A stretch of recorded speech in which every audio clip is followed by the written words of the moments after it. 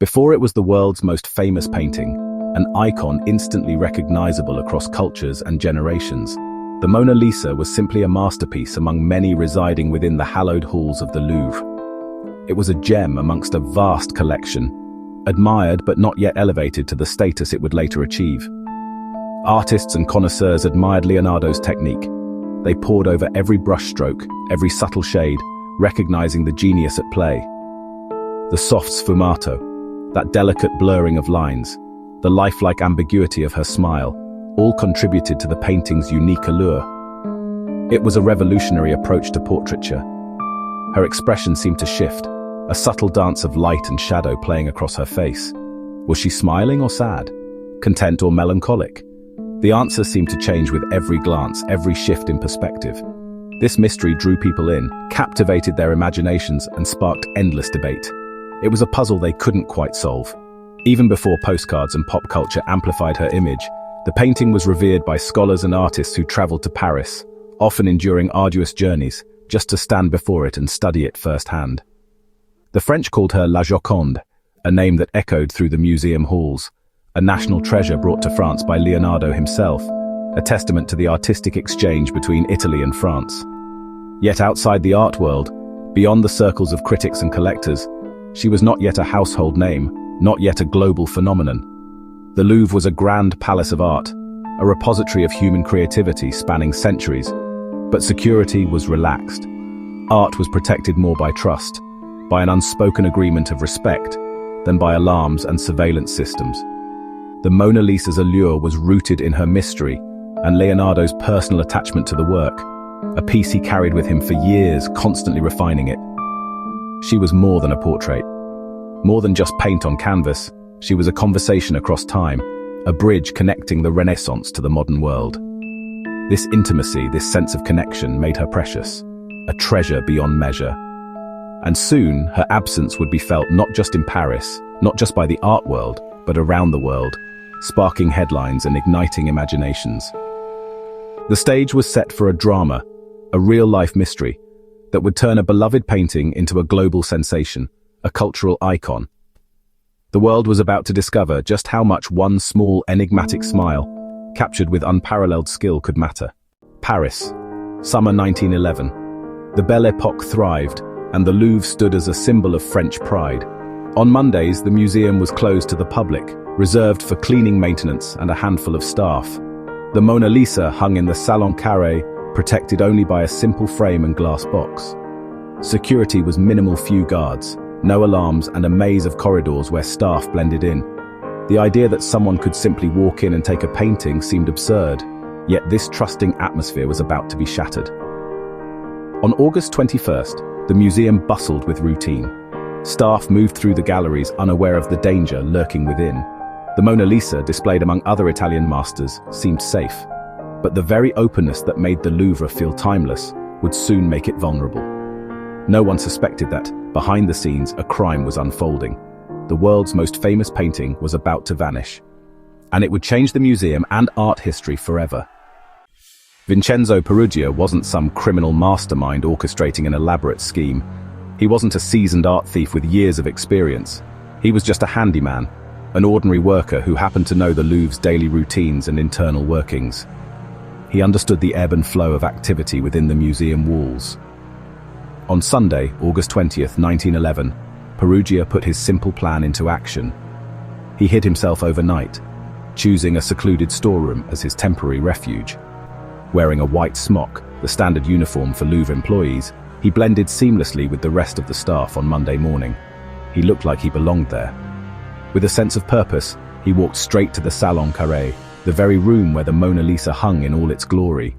Without hesitation, he lifted the Mona Lisa from the wall, detaching it from its moorings with surprising ease.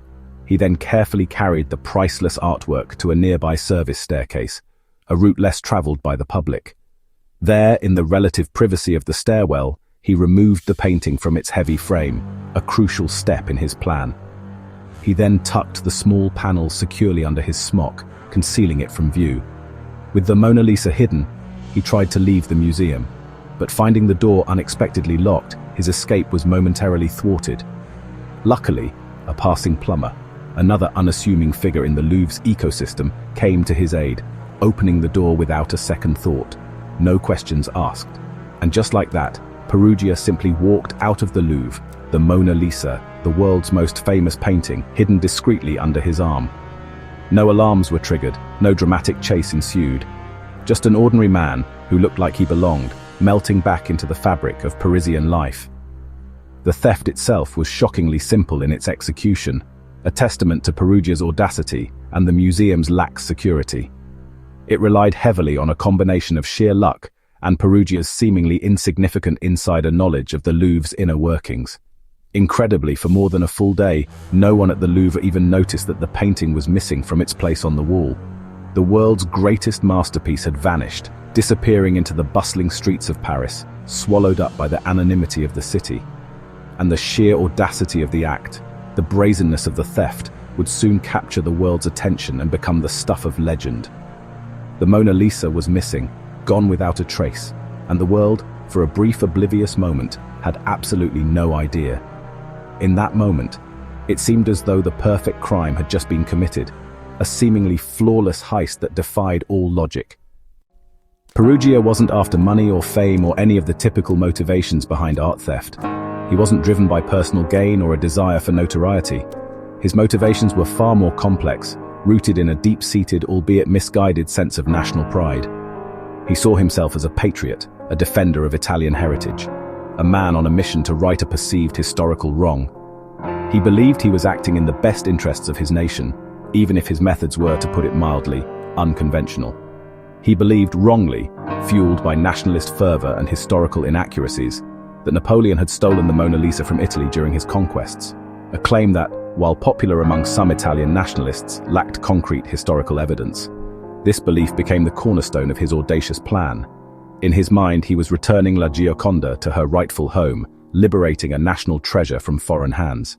He envisioned a triumphant return, a moment of national celebration, with himself as the unlikely hero. After the theft, he hid the painting in his modest Paris apartment, a cramped and unassuming space that now housed one of the world's most famous artworks. The contrast was striking, a masterpiece concealed within the confines of a working-class existence. Waiting for the right moment to reveal his deed and return the painting to Italy, a moment he imagined would be met with widespread acclaim and gratitude. For 2 years he lived a double life, a secret existence shrouded in both anxiety and anticipation. The weight of his actions, the enormity of his crime, must have been a constant burden. House painter by day, blending into the anonymity of Parisian working-class life, guardian of a stolen treasure by night, carefully safeguarding the Mona Lisa, his prize, his justification, his obsession. He followed the investigation in the papers, meticulously tracking the progress, or lack thereof, of the authorities, convinced he was a hero in waiting, patiently biding his time, confident that his moment of vindication would eventually arrive. Perugia never tried to sell the painting. Financial gain was never a factor in his motivations. He wanted it displayed in an Italian museum, a symbol of national pride, a testament to his patriotic fervor, a victory for Italy. His crime was driven by a twisted sense of national pride, not greed, a misguided belief that he was acting in the service of his country. The Mona Lisa heist was unique, not just for its audacity, but for the unusual motivations behind it. A theft motivated by misguided patriotism, a potent and dangerous force that can lead individuals to commit extraordinary acts. Perugia was a simple man, an ordinary individual, swept up by a grand idea, a vision of national glory that consumed him and ultimately led him down a path of crime. He believed he was serving his country, fulfilling a patriotic duty, even if his methods were deeply flawed and ultimately illegal. Even as he committed a crime that would captivate the world, sparking international headlines and fueling endless speculation about the motives behind the audacious act. The painting's fate now rested in the hands of a man with a dream fueled by patriotism, however misguided, a dream that would soon collide with reality. The theft went unnoticed at first. Staff assumed the Mona Lisa had been removed for cleaning or photography. It wasn't until Tuesday, when an artist arrived to paint her, that the alarm was raised. A frantic search began. Storerooms, offices, every corner of the Louvre. The painting's frame and glass box were found abandoned on a staircase. The truth dawned. The Mona Lisa was gone. News spread, and Paris was stunned. Crowds gathered outside the closed museum, desperate for answers. When the Louvre reopened, people flocked to see the empty space where she once hung. The absence became an attraction in itself. The world was transfixed by the mystery. The Mona Lisa's disappearance was now a global sensation. The empty wall spoke louder than the painting ever had. The investigation became a national obsession. Police used the latest forensic techniques, but leads went nowhere. Newspapers fueled wild theories. Was it an art ring, a political act, or a prank? Even Picasso and his friend Apollinaire were questioned, then cleared. The case was a mix of real detective work and public hysteria. For 2 years, the trail went cold. The empty space in the Louvre haunted Paris. The Mona Lisa became a legend, her absence a modern myth. The world waited, fascinated by the unsolved crime. The man who walked out with the painting had vanished into thin air. After 2 years, Perugia decided it was time to act. He contacted an art dealer in Florence, using the alias Leonardo, and offered to return the Mona Lisa for a reward. The dealer, suspicious but intrigued, involved the director of the Uffizi Gallery. Perugia traveled to Florence with the painting hidden in a trunk. In a hotel room, he revealed the Mona Lisa to the stunned experts. They confirmed its authenticity and convinced Perugia to let them take it to the Uffizi for verification. Once the painting was safe, they called the police. Perugia was arrested, his dream of a hero's welcome dashed. News of the recovery spread quickly. Italy rejoiced.